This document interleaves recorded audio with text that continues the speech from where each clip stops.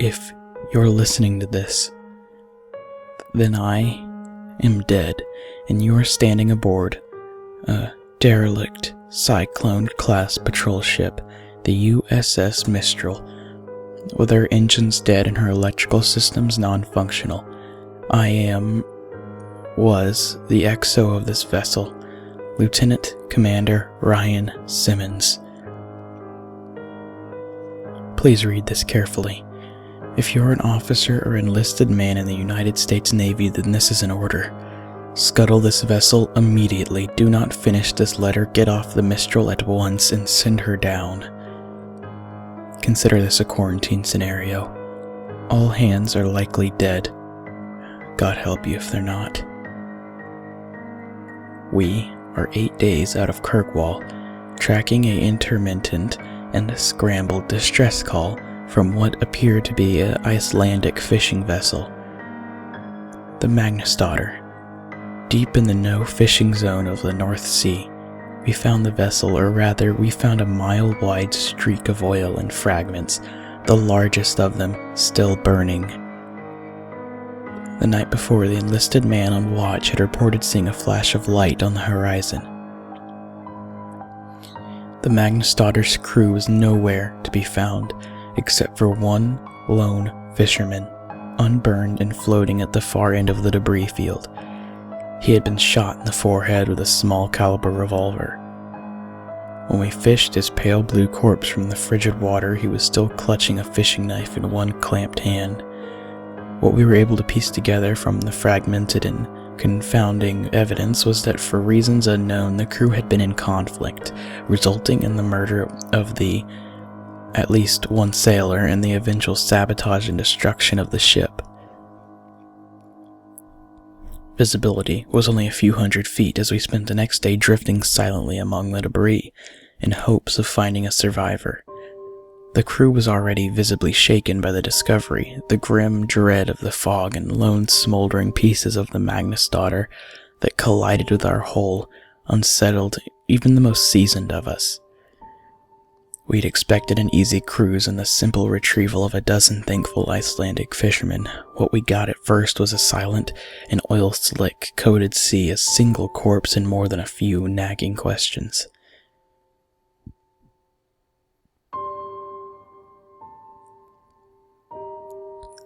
The Mistral had just been serviced after an extended tour with the Atlantic Fleet in Bahrain before her transfer to the North Sea. She was in good running order, so I can only assume that the initial mechanical failure was an act of sabotage or of some external force. It happened the first night when our final sweep had been completed, and we returned to the site of the Magnusdotter's first transmission. There was nothing initially remarkable about the spot, a cold and lonely set of coordinates and a little else. I was in my cabin, just settling down when the call sounded from the captain, offering little information, just a stern order to meet him on deck. Dressing quickly, I emerged from my cabin into a cloud of palpable unease and fear. The enlisted men and the junior officers were coursing through the ship towards the deck, like panicked rats. No one made eye contact or spoke. There was none of the usual gallows humor or camaraderie that bubbles up in situations of limited information, just a grim inertia that pulled us out into the Arctic night. On deck, the night was unnaturally clear and cold, and the bright of the stars burned in the frosty air. Around us in every direction, just a few hundred yards away, the fog and clouds whirled, as if held at bay by our presence. The captain was at the railing, leaning over along with the men on watch. I approached him, suddenly desperate and panicked to know what was happening, when I saw it. The light flooding up beneath us. The sea was flat, like the surface of a mirror. The water was black, reflecting the pale pinpricks of the stars, but beneath the surface, something glowed with a cold light. Pulsating shapes of violet green and deep cobalt blue shone from beneath. They flowed and merged and shimmered silently, deep below the glassy sea. We started, 24 men and women, struck dumb and horrified by the sight. There was a sense of scale that emerged from the fluid movement of the lights. They seemed to be many fathoms beneath us, which would make them terribly large and impossibly fast. There were no solid shapes and no disturbance of the water, just a deep field of liquid flowing light. We watched for what seemed like hours, entranced by the mesmerizing ballet of cold light, a mere reflection of northern lights. When it ended abruptly, there were 3 almost simultaneous events. First, the lights seemed to contract, each mote freezing in place and collapsing like the iris of an eye in bright sunlight. Secondly, there was a tremor in the air that first raised the hair on the back of my neck. As the ghostly lights winked out of existence, it rose in intensity until I thought my eyeballs might shake their way out of my head. Through the fog of sudden pain, I heard a noise arising above Arctic wind, a humming vibration from the Mistral herself that matched the electric shuddering in my skull. It was as if every light bulb aboard the Mistral were suddenly flushed with power, flaring bright and buzzing noisily in their housings, and when the wine had reached a fever pitch, they began to pop and shatter among a shatter of sparks. From start to finish, it lasted less than 2 seconds, and we were left floating silently in the dark waters, beneath the starry sky on a dead and crippled boat. The damage was invisible, without any obvious cause. In total, nothing aboard the Mistral worked. Each carefully crafted system of multiple redundancies had crumbled. Every light was shattered, and even the replacement bulbs and the small flashlights we all carried held fused and useless filaments. Satellite phones, shortwave radios, all means of communication were useless bricks of plastic and wire. Every battery was dead, every stereo system was silent. We were adrift, without sail or engine, isolated from the world by 100 miles of black and silent sea. The crew moved through the ship that first night like moles, fumbling through dark corridors with only a few pale green chemical lights to check each system. They relayed each disheartening message like a fire brigade through the darkness to where the captain and I stood on the deck, trying to make sense of the senseless. At last, when nothing else could be done, I fumbled my way back to my cabin and tried to sleep, the darkness feeling like an oppressive, many-fingered hand slowly gripping my chest. The next morning, I again took stock of our situation, hoping for some fragment of hope we had passed by in the night. The damage was total. We would have to find a way to send a distress call and hope that we had not drifted too far from our last known coordinates. The men may not have known the full details, but it was clear from their haunted visages that they knew how dire the situation was.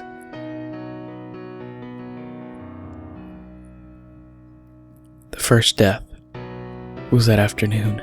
The sounds of screaming brought me above deck and into a thick, heavy fog. High in the gloom, I could see bright, burning specks of light descending slowly. My stomach turned. It was 2 signal flares drifting uselessly through the haze.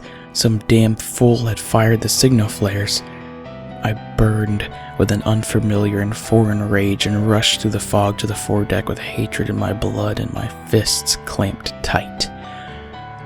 The scene that emerged from the fog broke me from my stupor. The enlisted man, a flare gun still in his hand, lay broken in a pool of blood.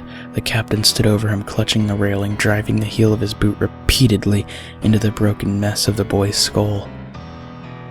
I realized then that the screaming I heard, the high, keening wail, was coming from the captain, his face in a rictus of animal rage. Around them was a small crowd, standing motionless and silent, watching like sentinels. The captain turned to see me and dropped into a crouch, his fingers wrapping around the flare gun, and he raised it level with my eyes. We stared for a long moment at each other, our eyes locked as he panted heavily, his face lightly spattered with blood. The only sound was the wet gurgling exhale of the enlisted man's death rattle, a bubble of blood forming in his ruined face. I'd served with this man for nearly a decade. This was not the man I knew. This was a hollow simulacrum, filled with violence and terror. I spoke to him then. In a soothing voice, I asked him to hand me the flare gun. He said nothing at first, and then spoke, his voice a tiny trembling sound that was swallowed up by the thick gloom around us. "He's murdered us, Ryan. The fog, the flares will never..." He shook his head and clenched his eyes tight, as if he were trying to shake himself from a dream. Then he shuddered once violently, his back arching like a seizure. "This little fuck has killed us," he choked out. The flare gun wavered in the air and I took a step closer, reaching out for him. He opened his eyes and I froze again as we stared silently at one another. "You're going to die here," he giggled quietly. "I always wanted to watch you die, you fucking coward." He tilted his head back and laughed, one hyena-like bark to the gray sky, and then put the flare gun in his mouth and fired, the last flare igniting and temporarily bathing his head in a halo of magnesium orange and smoke. He tumbled back over the railing. If there was a splash when he hit the water, it was swallowed by the fog. I stood. For what seemed like a very long time, it slowly dawned on me that I was alone, the silenced audience having melted away below decks. No doubt taking the grim tale with them. I feared for morale, an absurd concern I realized now, but could not move from the spot as if sheer force of will would cause the sea to regurgitate this man, my friend. The first gunshot broke me from my reverie. In the emergency lockers, I found that a handful of flare guns remained, and I stuffed one into each pocket and entered the dim passageway to below deck. Over the hollow retort of gunshots, other muffled sounds began to emerge, the choking sobs, the screams of pain and anger, all bringing the faint impression of the copper smell of blood. The dark was oppressive and thick as my heart chest, the pale fading light of the chemical glow sticks that hung at regular intervals illuminated the bare corridor, and I moved slowly toward my cabin. It had been sacked, and my service pistol was missing. The next two cabins held the corpses of the junior officers, their broken forms still in their bunks, skulls opened like blossoming flowers under the point-blank shots. I felt a distinct and irrational desire to run on deck and leap overboard to swim away from the boat into the unknown sea. I gripped a flare gun and held it out ahead of me, less like a weapon and more like a talisman, and began to pace slowly down the corridor to the enlisted bunks. The door was wide open and the smell of blood and fear and shit was nauseating. As my eyes slowly adjusted to the dim, I saw a field of bodies torn, shredded, and shattered by bullets and makeshift clubs. A few of the men still moved, twitching slightly. I watched in frozen terror as one man, his face a mask of blood and rage, turned up his head to regard me, and with a weak cry of rage began to drag himself with his arms, trailing a broken and shattered leg towards me. From the shadows, another form pounced on him, a boot digging into the wounded man's back with a wet, cracking sound. I recognized the attacker's face in the green chemical dim, a quiet and bookish young man. Like the captain, this was not the man I knew. This was a beast that wore his skin. He reached down and grabbed the wounded man's jaw, thumb slipping into mouth. The wounded man growled, a feral, mindless sound, and tried to bite down, but his attacker gripped tight and pulled. The jaw came off with the sound of tearing tendons and ululating shriek that vanished into the air. I was no longer breathing, holding silently at the entrance, but the attacker snapped his head up to see me, nostrils flaring. The jawbone hit the floor with a meaty sound, and he lunged toward me with silent animal grace. I fired the flare gun, and it hit him square in his chest. His shirt caught fire, and all air escaped his lungs with a sudden forceful exhale, but impossibly he continued on towards me. As I passed through the portal and slammed to the door, the fire had climbed into his hair, and he was squealing now, his clawed hand still outstretched towards me. I felt him impact against the door and saw that nightmare visage wreathed in fire through the small porthole, lips already burnt away to reveal 2 rows of perfect teeth. He wailed and began to smash his burning form against the door. Once, twice, 3 times, and then silence.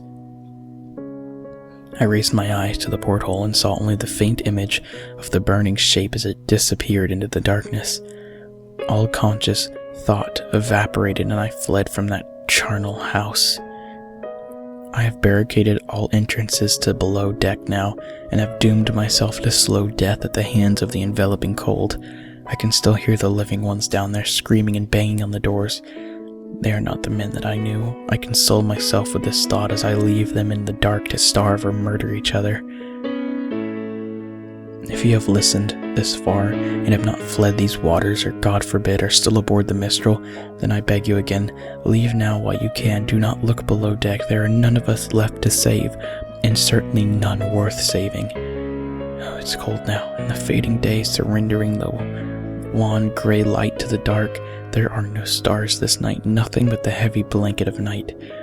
If I could get below, I would find some way of destroying the Mistral, like the brave men of the Magnus daughter, but it's too late. The most I can make of my last moments, as all feeling flees my extremities, and recording comes impossible, is a warning. Please, send us into the deep, tell no one you found us, and never return. There are things and primal desires older than man and forces beyond the grasp of our simple minds, and they dwell here, beneath the frozen sea.